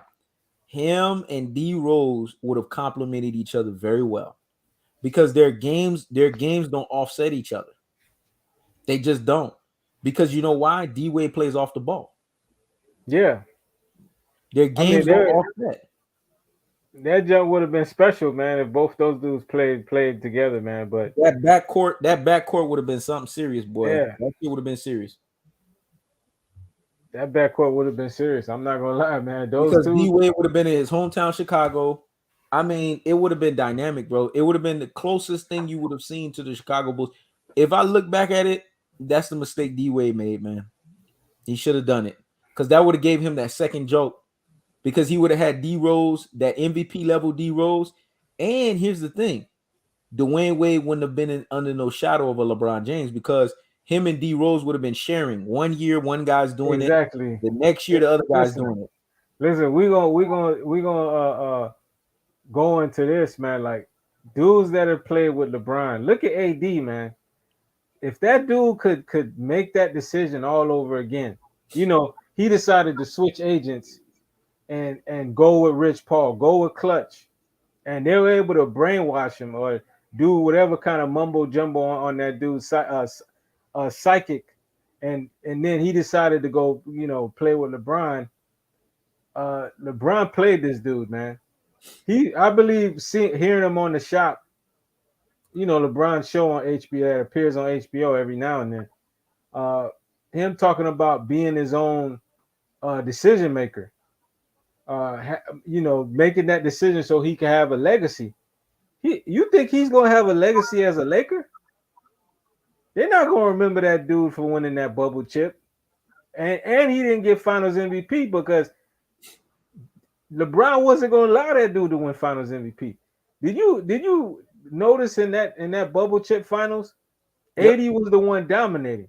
But Yep. once it came down to certain moments of the game, LeBron James had to made sure he had the ball in his hands, and he was the one that was getting those stats, getting those points that could make it look like he was the Finals MVP of those finals. But truthfully, it was AD's presence. That's the reason why they won. Exactly. AD thought he was gonna have a legacy in LA. This dude is getting ridiculed, man. Everybody who's played with LeBron, they get treated with disrespect. When people don't think they play good enough, they're like, man, you see what LeBron has to play with? You see what he has to work with? They did Mm-hmm. that with Dwayne Wade, Chris Bosh, Kyrie Irving, Kevin Love, AD. All these guys get treated with disrespect. If I'm Mm-hmm. if I'm a player, why would I go play with LeBron? If I'm a star, you only gonna get disrespected at the end of the day. Why? Why do that to your career? Exactly. Why I don't I'm baffled. I don't understand these players. Like look at D'Angelo Russell. This fool, we all know why he got traded out of LA the first time.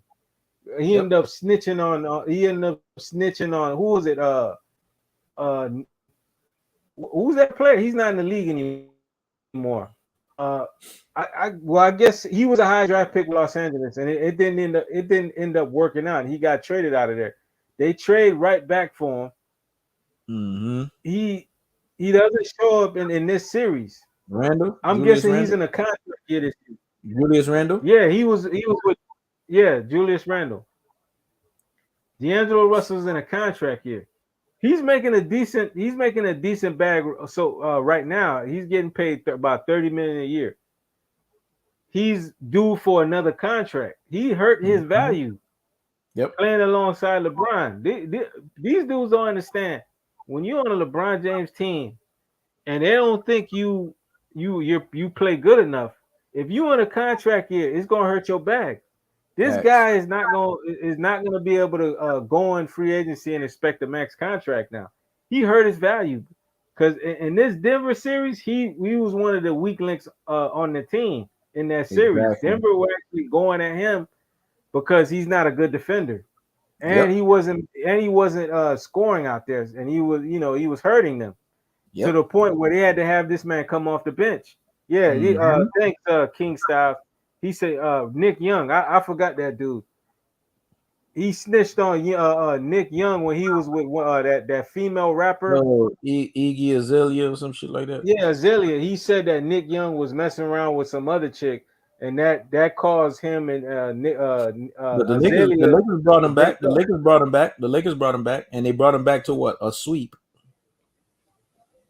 Yeah, they brought him back. People were saying that somewhere Russell Westbrook, man, he chilling. Russell Westbrook, his nickname is Sabo.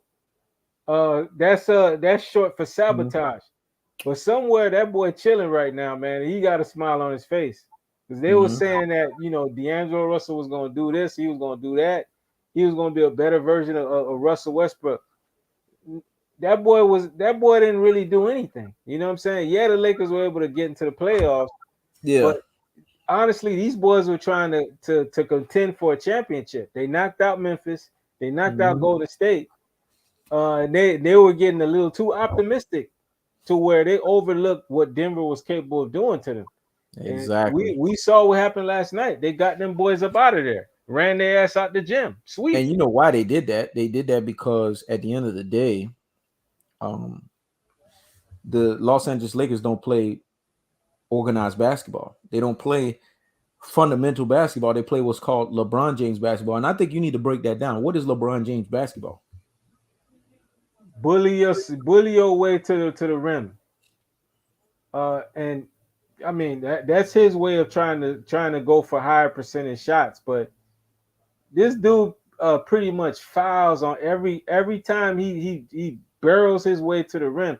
He's fouling a defender, and the referees are not calling the fouls. That's Exactly. LeBron James basketball. Or pass it to a 3-point shooter. Waste a certain amount of time on the clock and pass it to a 3-point shooter to hit the three so you can get recorded for the assist. Mm-hmm. That's LeBron James basketball, pretty much right there. And I'm glad you said that. And you broke it down just like you broke down picking up a person's dribble, because going back to picking up the dribble, all of the NBA finals that LeBron James have lost, if you document them, he's all lost all of them with somebody making him pick up his dribble. The one that he lost against the Golden State Warriors, Andre Iguodala made him pick up his dribble. Remember what picking up your dribble means, the definition. Richie Rich broke that down. The year that they lost in 2014 against the San Antonio Spurs, Kawhi Leonard made him pick up his dribble. The year that they lost back to back against the Golden State Warriors, Kevin Durant in key positional moments in the fourth quarter made him pick up his dribble. Do I need to keep on going? How many times this dude has lost and dribbles have been picked up?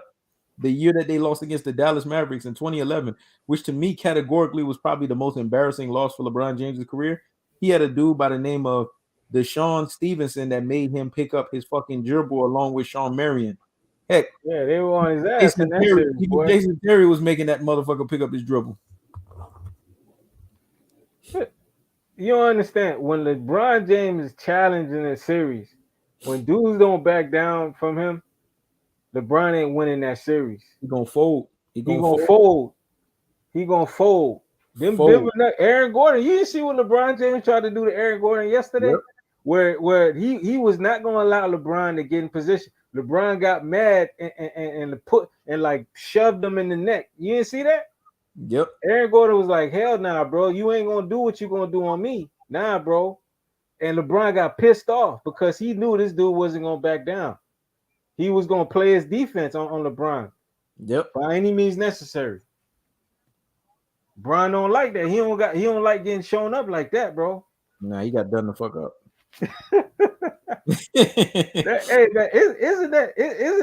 That's a cold burn, dog. When you know you drop 40 in the game and it's a irrelevant 40.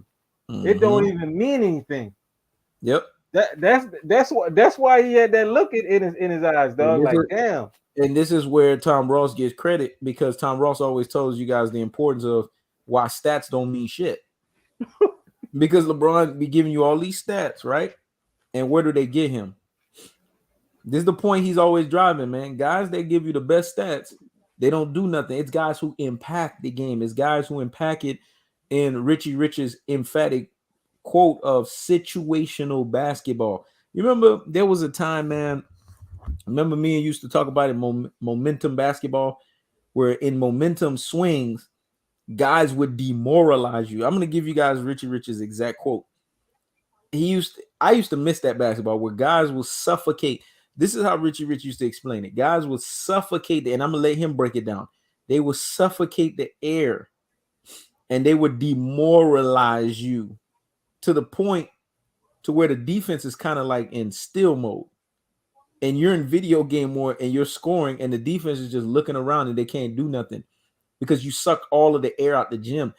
That level of basketball is gone, man. You don't see that basketball no more. Guys able to just suffocate the air out of the. I used to love that, man. Guys like Kobe, guys like Wade, guys like D-Rose, they'll go into a team's backyard in the NBA playoffs and suffocate the air out of the whole atmosphere of the fans because they can't believe that this guy came in and just dominated the game the way he did, possession after possession, drive after drive, basket after basket. You don't see this kind of basketball no more, man.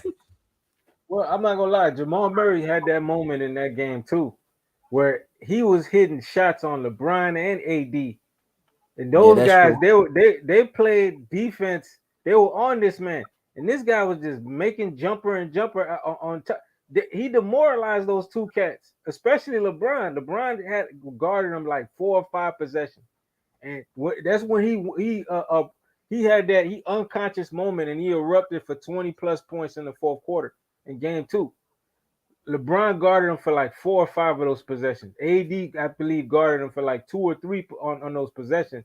And this dude was just wetting those shots in their face. That I'm like, man, these guys, they contested those shots. It's just Jamal Murray, man, just knocking them suckers down. And like those dudes was like, wow, this dude. You know, LeBron had that look in his face like, man, what is this dude on, bro? Like, yep. What, you know, like, come on, give me a break. Like, nah, dog. Yep. Jamal Murray, you know, we gotta pay attention to him too because they showed a stat, man. That's an impressive stat. I know you saw that stat. I don't know if you saw it, he knows, where it showed that in the fourth quarter, this man has the most 20-point or more in the fourth quarter in post NBA postseason history. He even has more than Jordan. Where in the fourth quarter, this man could drop 20 or more points on you. He's done it 4 times. No one has done it more than him. Yep. This boy can go unconscious in that fourth quarter, man. And that's the thing with basketball that you love. Guys that can do that. They can go unconscious in the fourth quarter and dominate and terrorize you in the fourth quarter. But this is what I also love about the game of basketball, too, that is missed, right? When guys can sit there and not only terrorize you in the fourth quarter, but they know and they have the confidence to know that they can terrorize you in the fourth quarter and then talk trash. That's why I was loving what Aaron Gordon was doing, because Aaron Gordon was talking trash to LeBron James. But this is when you know the talking trash to LeBron James don't work for LeBron. When a guy's talking trash to LeBron and you see LeBron put his head down, oh, you know LeBron's done. I tell people that shit all the time. When LeBron get to that head putting down, he's done. That means he's folding. When Aaron Gordon was talking trash to him, his head was down. I've seen LeBron do this so many times. This is why I tell you guys, how you going to sit here and compare LeBron to Jordan or Kobe? When have you ever seen Jordan or Kobe, even in a loss, got their head down because somebody talking trash to them? Man, those guys go out blazing, man. Even in a loss, they go out shooting. They'll never have their damn head down. So to close this out, brother, because I felt like we've been on this for a little minute, and we're gonna leave them with a little taste in their mouth, because I know they want us to keep on going, but we always gotta leave you a little taste. What's your closing thoughts on LeBron James, man? What do you think LeBron James should do next year? What is the decisions that he should make next year? What do you think should be the outcome? This guy's been in the league 20 years. What do you think he should do next year? Do you want him on the court, or do you think he just needs to fucking retire? I think he needs to retire, man. You know what I'm saying? He's holding Los Angeles hostage. The longer he stays there, the more of a messed up situation they're going to be in down the line, because they've pretty much mortgaged their future for these guys. Yep. Especially AD. And now, they're trying to appease LeBron and get all these players, his team, in this short matter of time. You didn't see what they did? They got, who the hell does that? They got 4 or 5 new players on that team by the trade deadline. How the hell you expect to win like that when you got to bring in that many players in to gel, to build chemistry in that short amount of time? Yeah, it was they got to the playoffs, but I felt that the NBA was trying to look out for them, because there was a crazy stat that they were showing that they were the team that had the most free throws out of everybody in the second half of the season. Pretty much they were getting that whistle in their favor so that they could get into the play-in and they could get into the playoffs. LeBron broke that Kareem record where he had the most scoring points. They weren't going to have LeBron not make the playoffs this year. So you look at a player like Austin Reeves, and you see the kind of crazy fouls he gets. You're like, who the hell is? I mean, the boy could play now, but like, how's he getting these attempts? Who is he? Exactly. How does he get to throw his body into a player and he's gifted 2 free throws? Like, what? Who? This boy came up under a rock. How they treating this boy better than veterans in the NBA, stars? These stars don't get free throw attempts like him. That's crazy. Maybe it's because he's a Laker. Who knows? Maybe that's what it is. But yeah, man, LeBron James, he's holding that franchise hostage, man. It's best they tell this dude, yo, we got to move on from you, man, because we've already mortgaged our future, and we're going to be in a situation where we're going to be trash for the next 5 or so years, because we're going to have to get draft picks back. We're going to have to we're not a franchise that normally develops our players. We always are going after stars to see if we can poach stars from other teams and build like a super team type situation. But you put us in a really bad situation because we don't have draft picks. We don't have assets like that. One thing about Jeannie Buss, though, when push comes to shove, and I think that's one thing I like about her. When push comes to shove, if she has to make a hard decision, she's gonna make that shit. She just needs to be pushed enough to make it. So the decision that she needs to make right now is get rid of LeBron, because she was able to tell LeBron no, and I was impressed by that. When he tried to do the GM shit and it didn't work, she told his ass, stay your ass away from it. So now she needs to be the one to tell him, You're not that dude. Period. Exactly.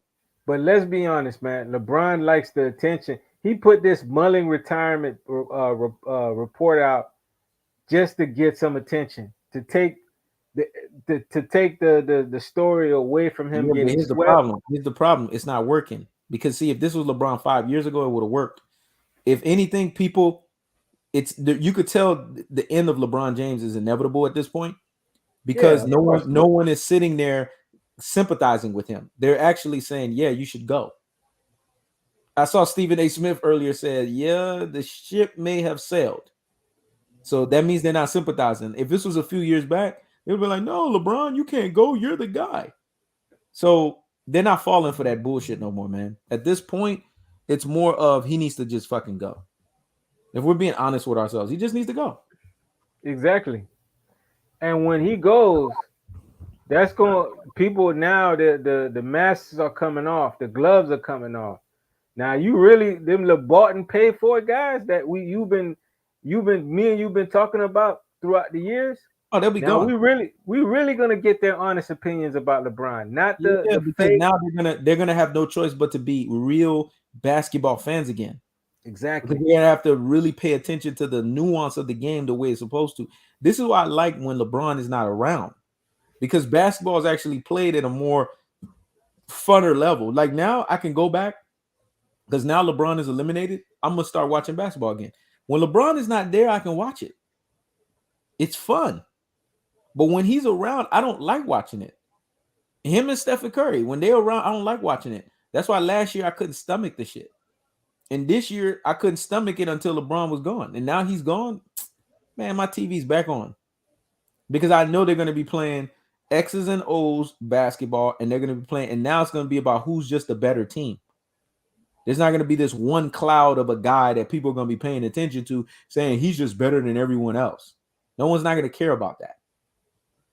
So once again, man, we dominated. We came back full swing. We gave you guys a hellified live. LeBron James is officially done. I can piggyback and tell Richie Rich he needs to retire. Because I looked at his face and I saw a guy that was defeated. And I know our brothers in the background listening. He's probably been listening for the last 2 hours. He's defeated too. So if he's hearing me in the background, Big Dave, listen, man. You need to find you a new basketball player. I know that's hard. That's a hard pill to swallow. But you need to find you a new basketball player. That ship is fucking sailed. And if you like me, where you just can't find you a new basketball player, like I couldn't find with Kobe, I kind of mess with Kevin Durant, but it still ain't the same. Then just leave basketball alone. You probably gonna have to stop watching basketball. It's probably gonna start being boring for you because you're not gonna have that guy that's that Le manager for you. And that's what I think is gonna happen. A lot of LeBron fans are not gonna watch basketball for a few years because they're so used to a guy that was like that they're just not gonna be around, which is gonna be fun because guess what? We don't have to deal with their annoying ass for the next few years. We're gonna have to deal with them. So I'm actually happy that they're all gonna be gone, scattered like cockroaches, because we don't have to deal with their cucaracha asses. But anyways, it's been real. It was a great live. We appreciate y'all. Who knows? We might pop up here and there in another time. Y'all take care. Peace. Peace.